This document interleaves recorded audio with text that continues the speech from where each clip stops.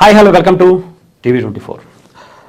Peddi cinema గురించి మనకు తెలుసు, ఎలాంటి రికార్డులు క్రియేట్ చేస్తుందో, ఎలాంటి హిస్టరీ క్రియేట్ చేస్తుందో. నాట్ ఓన్లీ తెలుగు రాష్ట్రాలు, నాట్ ఓన్లీ ఇండియా. ఇప్పుడు రామ్ చరణ్ గారు గ్లోబల్ స్టార్ అయిపోయారు. పెద్దికి సంబంధించినటువంటి చికిరి చికిరి సాంగ్తో ప్రపంచాన్ని ఊపేస్తున్నారు. అసలు ఈ భాష ఆ భాష, ఈ మతం ఆ మతం, ఈ ప్రాంతం ఆ ప్రాంతం లేదు, ప్రపంచాన్ని షేక్ చేసి పడేస్తుందని చెప్పాలి పెద్ది చికిరి సాంగ్తో.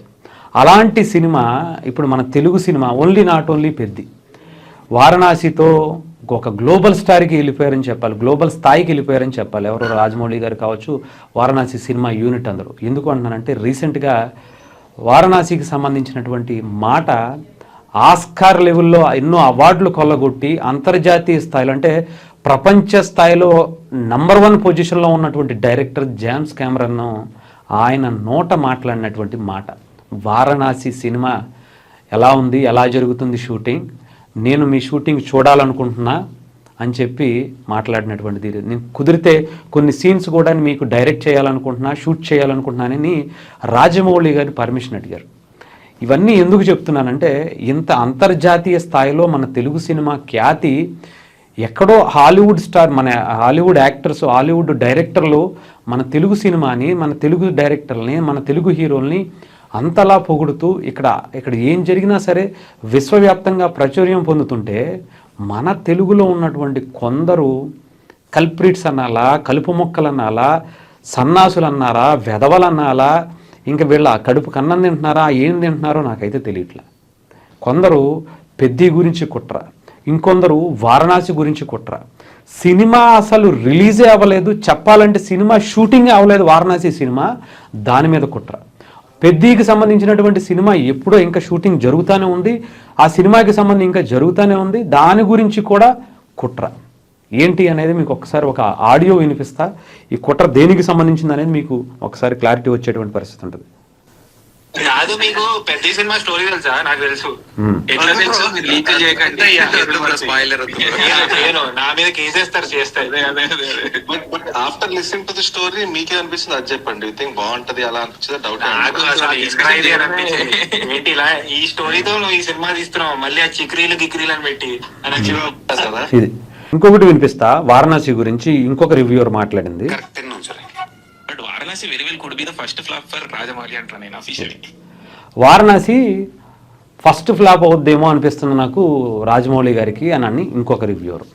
అంటే అసలు ఏంటి మీరు మాట్లాడేది? సినిమా రిలీజ్ అవ్వాలా, తెలుగు సినిమా స్థాయి ఇంత పెద్దగా ఎక్కడికో వెళ్తుంది, విశ్వవ్యాప్తంగా అందరూ అవమానిస్తున్నారు, ఎన్నో అవార్డులు కొట్టేటువంటి పరిస్థితికి వస్తుంది. కానీ ఈ చిల్లర వెధవలు, ఈ చిల్లర మాటలు మాట్లాడుతున్నాయి ఈ రివ్యూవర్స్ మనకు అవసరమా చెప్పండి? తెలుగు ఇండస్ట్రీకి, తెలుగు వాళ్ళందరికీ ఇదొక దరిద్రంగా చెప్పాలి. ఇలాంటి వాళ్ళ వల్ల తెలుగు సినిమా పరిశ్రమ ఇలాంటి అంటే చిన్న చిన్న మచ్చలు వేసుకునేటువంటి పరిస్థితికి వస్తుంది. అంతర్జాతీయ స్థాయిలో మనకు పొగడతలు వస్తుంటే ఈ పిచ్చి కుక్కల్ని మనం ఇలా భరించాల్సి వస్తుంది ఏంటా అనిపిస్తుంది. లేకపోతే ఏంటండి, సినిమా చూడకుండా ఇష్టానుసారం మాట్లాడడం, సినిమా అసలు షూటింగే జరగకుండా సినిమా ఫ్లాప్ అవుద్ది అని చెప్పటం, సినిమా అసలు ఏమీ జరగకుండా అది అసలు స్టోరీయా అని చెప్పటం. కొన్ని వీళ్ళకి ఏమన్నా స్టోరీలు రాసి గతంలో 100 సినిమాలు తీసి ఒక 50 సినిమాలు ఇండస్ట్రీ హిట్లు, బ్లాక్ బస్టర్ హిట్లు, ఆస్కార్ లెవెల్లో అవార్డులు తీసుకొచ్చినటువంటి సినిమాలు ఏమన్నా డైరెక్ట్ చేసినటువంటి వ్యక్తులా అంటే లేదు. కనీసం ఒక 5 నిమిషాలు షార్ట్ ఫిల్మ్ తీయంటారా, మీరు అందరూ కూర్చుని మీటింగ్ పెట్టుకున్నారు కదా, ఒక 5 నిమిషాలు ప్రజలు అసలు పిచ్చిగా నవ్వుకున్నారు, పిచ్చిగా అసలు ఆ యాక్షన్ సీన్స్తో ఎంజాయ్ చేశారు, ఆ థ్రిల్లింగ్ సీన్స్తో మిస్మరైజ్ అయిపోయారు అనుకునేటువంటి సీన్స్తో ఒక 5 నిమిషాలు మీరు అందరూ కలిపి కూర్చుని రాసి సినిమా తీసి చూపించండి చూద్దాం. మనకి చేత కాదు, ఎదటి సినిమాని మనం జడ్జ్ చేస్తాం. ఈ రివ్యూవర్లో వీళ్ళు డబ్బులకే పనిచేస్తారు. వాళ్ళు చెప్పింది నేను చెప్పింది కదా, చాలామంది కావాలంటే వాళ్ళ ఈ పూల చొక్కాను ఇంకొకళ్ళను వీళ్ళు మాట్లాడేది ఏంటంటే కేవలం మేము డబ్బులు ఇస్తే మంచిగా చెప్తాం, డబ్బులు ఇవ్వకపోతే అది బాగాలేదని చెప్తాం. ఎందుకంటే వాళ్ళు చాలా వరకు 90% సినిమాలు వాళ్ళు బాగాలేవని చెప్పినటువంటి సినిమా అన్నీ కూడా చాలా హిట్ అయినాయి, బ్లాక్ బస్టర్లు అయినాయి. ఆ సినిమా ఫెయిల్ అన్నటువంటి ఆ బాబ్ బ్లేన్ ఎవడో ఉంటాడు, అక్కడ ఇతర దేశాల్లో ఉంటాడు, ఇండియాకి వచ్చే ధైర్యం లేదు మళ్ళీ అతనికి. పైగా సినిమాలు రివ్యూలే కాదు, రాజకీయ రివ్యూలు, రాజకీయ జాతకాలు కూడా చెప్పుకుని బొక్కబోర్లా పడి అమనాబూతులు తిట్టించుకున్నటువంటి పరిస్థితి అయింది. ఆయన అక్కడి నుంచి రాడు ఆ సాంగ్. ఇక్కడ ఉన్న వాళ్ళు వీళ్ళు మాత్రం డబ్బులు కక్కుర్తిపడి ఏది పడితే అది మాట్లాడుతాం. అందరూ కాదు కానీ కొంతమంది. ఆ వారణాసి గురించి మాట్లాడినటువంటి ఆ రివ్యూవర్ ఉంటారు కదా, ఆయన మీద కొంత గౌరవం ఉండేది. బట్ వారణాసి పోవాలనో ఇంకొకటి పోవాలనో కోరుకోకూడదు. ఫస్ట్ సినిమా అనేది బ్రతకాలని ఆలోచించండి. ఎంతోమంది ఎన్నో సంవత్సరాల పట్టు కొన్ని కోట్ల రూపాయలు పెట్టి మన ప్రజల్నే కాదు ప్రపంచాన్ని అద్భుతం అనిపించేలా సినిమాలు తీస్తున్నారు. ఒక 4 రోజులు బ్రతకాలని కోరుకోండి సినిమా ఇండస్ట్రీ. ఇంతమందికి అన్నం పెట్టేటువంటి సినిమా ఇండస్ట్రీ బాగుండి ఇంకా ఇలాంటి సినిమాలు మంచి తీయాలని కోరుకోండి. సినిమాలో స్టోరీయే లేదంట. మరి ఆస్కార్కి సంబంధించి ఇప్పుడు రైట్ అవతారికి సంబంధించినటువంటి సినిమా బాగుందని ఈవేళ రివ్యూలు ఇస్తున్నారు. మరి ఆ సినిమా మీకు సేమ్ స్టోరీని 3 పార్ట్లకే తీసి అదే స్టోరీని సపరేట్ వెర్షన్లో మార్చి తీసినప్పుడు మీకు నచ్చింది. ఇక్కడ ఒక గొప్ప స్టోరీని కనుక మీరు తీస్తే మీకు నచ్చలేదంటే తప్పు మీద వాళ్ళదా? అంటే మీకు ఎక్కడో ఉండేటువంటి దూరపకొండ నునుపు అన్నట్టుగా అక్కడ సినిమాలు మీకు నచ్చుతాయి. ఇక్కడ మన తెలుగుకి సంబంధించి మన ఇండియాకి సంబంధించినటువంటి సినిమాలు తీస్తే మాత్రం మీకు నచ్చట్లేదా? సినిమా చూడకండి అనే చెప్పేస్తారు. అది మీరు ఈ సినిమా ఆ సినిమా కన్నా బాగుందని చెప్తారు, కానీ ఇక్కడ ఉండేటువంటి మన దగ్గర అంటే మీకు లోకువా? అంటే సినిమా ఇండస్ట్రీ ఆ సినిమాని చూసి రివ్యూలు చెప్తూ మన కడుపు నింపుకుంటున్నాం. ఆ కడుపులో అంటే తినే కంచంలోనే ఊసుకుంటారంటారు చూసావా, అలా చేస్తున్నారు మీరు. ఏం బ్రతుకుతున్నారు, ఏం మాట్లాడుతున్నారో ఆలోచించుకోండి. పైగా వీళ్ళు ఒక గ్రూపు కాలు పెట్టుకుని ఏంటి కర్మ నాకు అర్థంగా తెలుగు సినిమాకి ఏంటి దరిద్రం, ఎందుకు ఇది? నేను మొన్న ఒక వీడియో చేశాను వేరే ఛానల్లో, ఇది ఆఖండాకి సంబంధించి చెప్పాను. సినిమా రిలీజ్ అయిన 4 రోజుల తర్వాత నేను ఆ సినిమా గురించి రివ్యూ చెప్పాను. రివ్యూ అని కూడా కాదు, కలెక్షన్స్ డౌన్ అయ్యి అసలు ఆ సినిమా అనుకున్నంత స్థాయిలో ఎందుకు వెళ్ళలేదు. నిన్ను ఏ సినిమాని కూడా ఎప్పుడు తక్కువ బాగాలేదనో ఇంకొకటనో నేను చెప్పలా. ఎందుకంటే ఏ సినిమా అయినా బాగుందని చెప్తా. మినిమం ఈ సినిమా ఇలా బాగుంది, ఈ సినిమా దీంట్లో ఈ సీన్లు బాగున్నాయి, మినిమం అయినా బాగుందని చెప్తాను తప్ప బాగాలేదని ఏ రోజు చెప్పను. ఎందుకంటే సినిమా బాగుండాలి, సినిమా ఇండస్ట్రీ బాగుండాలి. అది నాగార్జున గారా, వెంకటేష్ గారా, బాలకృష్ణ గారా, మహేష్ బాబు గారా, జూనియర్ ఎన్టీఆర్, పుష్పాన, ఇంకొకళ్ళ అల్లు అర్జున, నాకు ఎవరైనా పర్లేదు, సినిమా ఇండస్ట్రీ బాగుండాలి. ఆ సినిమా ఇండస్ట్రీ బాగుంటే సినిమా ఇండస్ట్రీని నమ్ముకున్నటువంటి కొన్ని లక్షల మంది జీవితాలు బాగుంటాయి. అందుకనే చెప్తాను.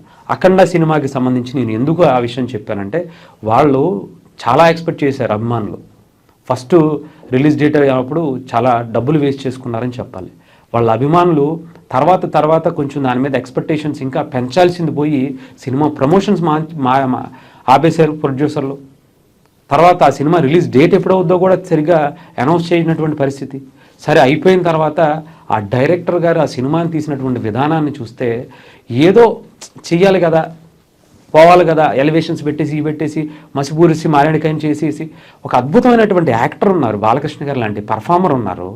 ఒక అసలు ఆయన రేంజ్కి ఆయన క్యారెక్టర్కి ఎలాంటివి తీయచ్చు, అలాంటిది మానేసి ఏది పడితే తీసేసి సనాతన ధర్మం పేరుతో ఇంకొకటి పేరుతో నేను సినిమా హిట్ అవ్వాలని కూడా చాలా సందర్భాల్లో చెప్పాను ఆ సినిమాని. ఎందుకంటే ఒక మంచి కాన్సెప్ట్ తీసుకున్నారు, దాంట్లో అది నిజంగా ఉంటుందేమో, చాలా ఎలివేట్ అయి ఉంటుందేమో అని. బట్ సినిమా దగ్గరికి వెళ్ళేటప్పటికి అవేమీ లేవనేటువంటి మాట. ఎందుకంటే నేను ఆ సినిమా కలెక్షన్స్ డ్రాప్ అయిపోయినాయి, సరిగ్గా ప్రజెంట్ చేయలేకపోయారు బాలకృష్ణ గారిని, కానీ సినిమాని ఎక్కువగా ప్రమోషన్ చేయడంలో కానీ వెనకపడ్డారు అని చెప్పాను.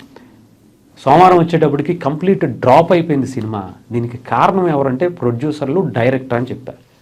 దానికి కొంతమందికి బాలకృష్ణ గారి అభిమానులకి కొంత ఇబ్బంది కలిగింది. ఎందుకంటే బాలకృష్ణ గారిని అన్నానేమో అనుకుని, బాలకృష్ణ గారు నేను ఎందుకంట ఆయన యాక్టింగ్ గురించి నేను పేరు పెట్టేంత పరిస్థితి ఉంటుందా నాకు? ఆలోచించండి. ఆయన యాక్టింగు, ఆయన వాళ్ళ నాన్నగారి నుంచి వచ్చినటువంటి ఆ స్కిల్స్ వేరే ఎవరికైనా ఉన్నాయేమన్నా? ఆయనలా వేరే ఎవరైనా డైలాగ్ చెప్పగలుగుతారా? ఎవరికి ఉండే వెర్షన్ వాళ్ళది. చిరంజీవి గారికి ఉండే స్టైల్ అయింది, ఆయనకి మనం పేరు పెట్టగలమా? చిరంజీవి గారికి ఆయన కాలు గోటుగానే పనిచేస్తామా మనం? అలాంటిది కొన్ని చూసుకోవాలి, కొన్ని నిజాలు చెప్పాల్సిందే.